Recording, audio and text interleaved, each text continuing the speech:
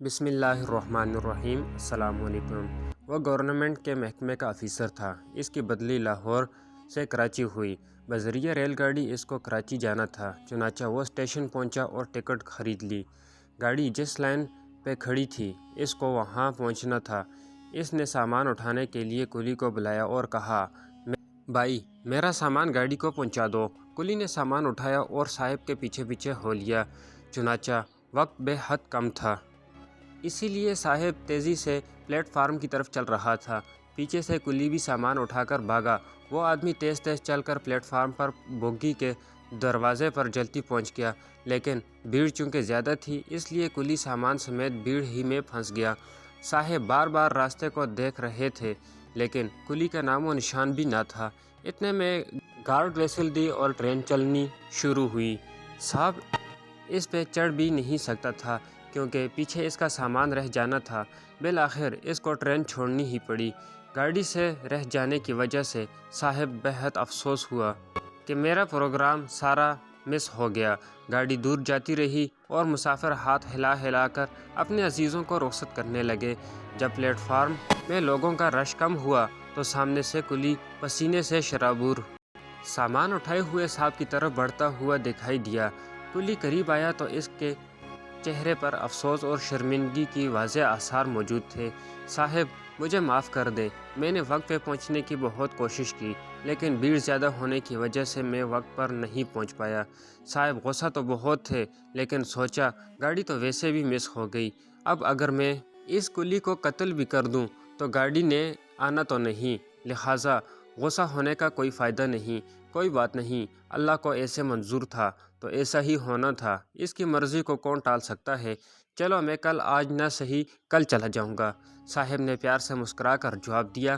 جیسے ہی کلی نے یہ سنا تو اس کے چہرے پر بشاشت آئی اور سامان اٹھا کر کہا، لائیے میں آپ کا سامان اٹھا لیتا ہوں، یہاں قریب ہی ریسٹ ہاؤس ہے، وہاں لیے چلتا ہوں۔ کلی نے ریسٹ ہاؤس میں صاحب کا سامان رکھا اور باہر نکل آیا۔ کلی کو چونکہ علم تھا کہ صاحب نے کل پھر اسی اسٹیشن سے جانا ہے، لہٰذا وہ تمام رات اسٹیشن پہ ہی رہا۔ اگلے دن صاحب مقرر وقت سے پہلے ہی اسٹیشن پہنچا۔ سامنے ہی وہی کلی کھڑا تھا۔ اس نے بھاگ کر مجوشی سے ہاتھ ملایا جیسے کہ دونوں بہت قریبی عزیز ہوں اور سامان اٹھا کر کہا، صاحب آپ کی ایڈوانس بکنگ میں کر چکا ہوں، چلیے آئے۔ کلی نے سامان سر پر رکھا اور دونوں پلیٹ فارم کی طرف جانے لگے۔ گاڑی کے پاس پہنچ کر صاحب نے بٹوے سے پیسے نکال کر کلی کو ادا کرنے چاہے تو کلی نے لینے سے انکار کر دیا۔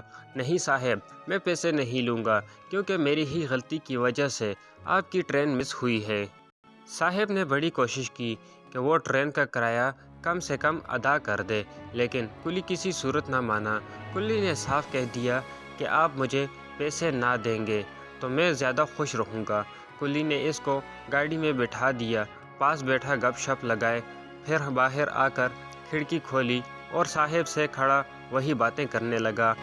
کلی اس کو احسان مندانہ نظروں سے بار بار دیکھ رہا تھا۔ اتنے میں گاڑی اسٹارٹ ہوئی تو وہ گاڑی کے ساتھ ساتھ چل کر صاحب سے باتیں کرنے لگا۔ ٹرین کی رفتار تیز ہوئی تو وہ اپنی جگہ کھڑا ہو کر الوداعی انداز میں ہاتھ لہرا لہرا کر صاحب کو رخصت کر رہا تھا۔ صاحب نے کھڑکی سے باہر ہاتھ ہلا کر اس کو الوداعی کا جواب دیا۔ اس کو محسوس ہوا کہ اس محبت مان اور چاہت سے تو کسی اپنے نے بھی اس کو رخصت نہیں کیا تھا۔ ٹرین چلی گی تو کلی نے سوچا کہ صبح کا ناشتہ نہیں کیا ہے، ناشتہ ہی کر دوں میں۔ جیب میں ہاتھ ڈالا تو جیب میں کئی نوٹ نکل آئے۔ گننے پہ پتہ چلا کہ یہ تو پورے 3000 روپے تھے۔ اس نے آسمان کی طرف دیکھا اور رو کر صاحب کو دعا دی اور اللہ کا شکر ادا کیا۔ صاحب نے اس کو محسوس کیے بنا ہی 3000 روپے اس کے جیب میں ڈال دیے تھے اور اس میں لکھا، ایک کلی کی وجہ سے لیٹ ہونے کا جو غم تھا وہ تو رات کو ہی ختم ہو گیا تھا، لیکن اس کی محبت بھری الوداعی نظر آج 20 سال گزر جانے کے بعد بھی میرے دل میں ٹھنڈک پیدا کر دیتی ہے۔ مجھے ٹرین لیٹ ہونے کا غم و افسوس نہیں، افسوس اس بات کا ہے کہ ایک محبت بھرا انسان میں اسٹیشن پہ چھوڑ آیا۔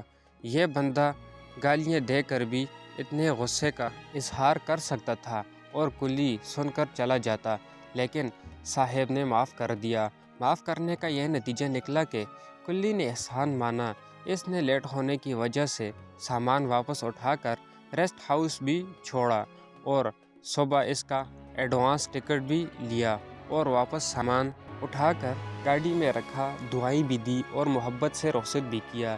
جی ہاں، جب انسان دوسروں کی غلطیاں معاف کر دیتا ہے تو ان کی غلطیوں کی تکلیف تو یاد نہیں ہوتی، لیکن معاف کرنے کا مزہ زندگی بھر انسان کو محسوس ہوتا ہے۔